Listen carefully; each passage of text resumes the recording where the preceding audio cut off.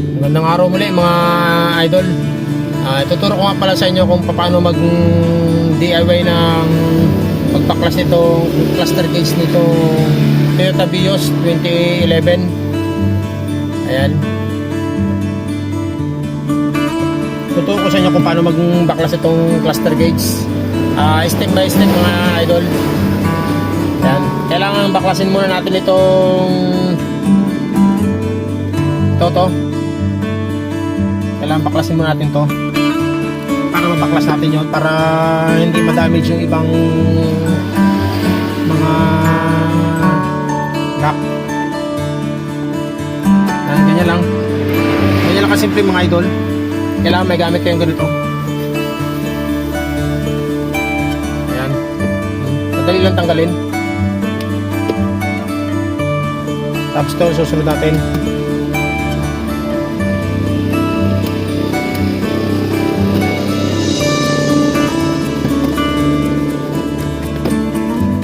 Makunat ko ito.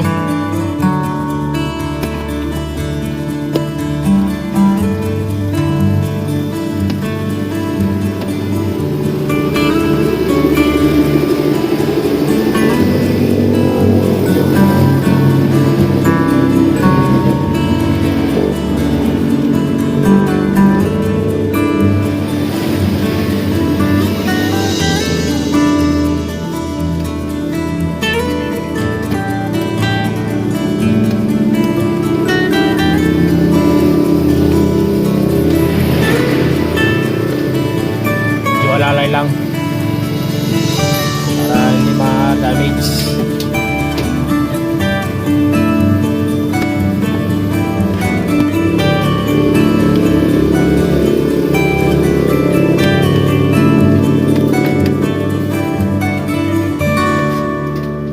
Yan. Ganyan lang yan, oh. Ayan. Pareho lang din ito sa kabila.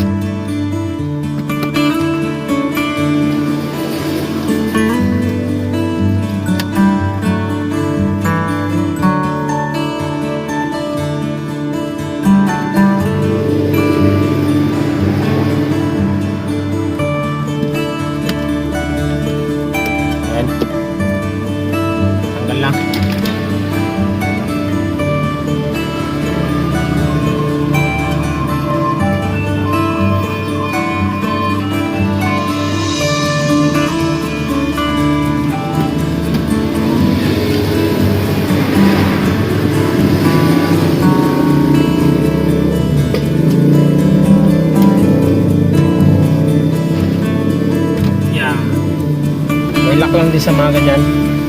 Ito. Ayan. Ayan. Madali natin matatanggal. May dalawang tornilyo lang yan dyan mga idol. Ayan, o. Ito. Ayan. Sa ito isa.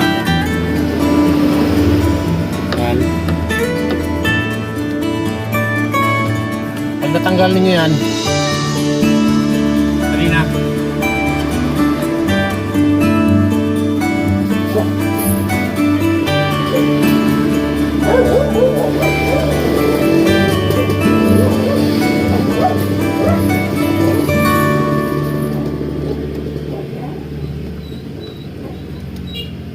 Yan. Ayan lang.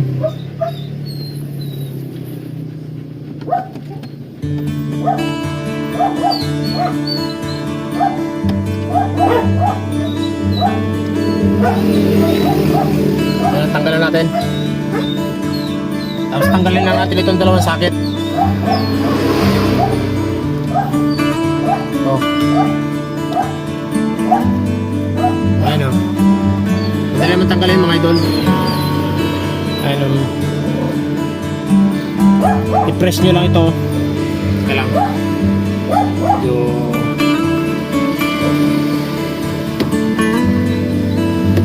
Ayan, teka lang. Wala talaga ako ng camera. Basta yan lang yung tatanggalin sakit mga idol. Yan, dalawa na yan. Wala talaga ako ng camera kaya baba muna natin. Ayan o. Ayan, tanggal na. Isang lang. Ayan.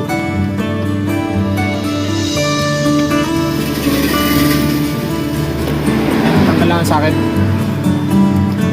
Ito. Ito isa. Ayan. Tanggal lang mga idol. Ayan o. Ganun lang kadali. Basta alam nyo kung paano ang dapat unahin. Madali lang magbaklas. Ayan. Okay. Baklas na mga idol.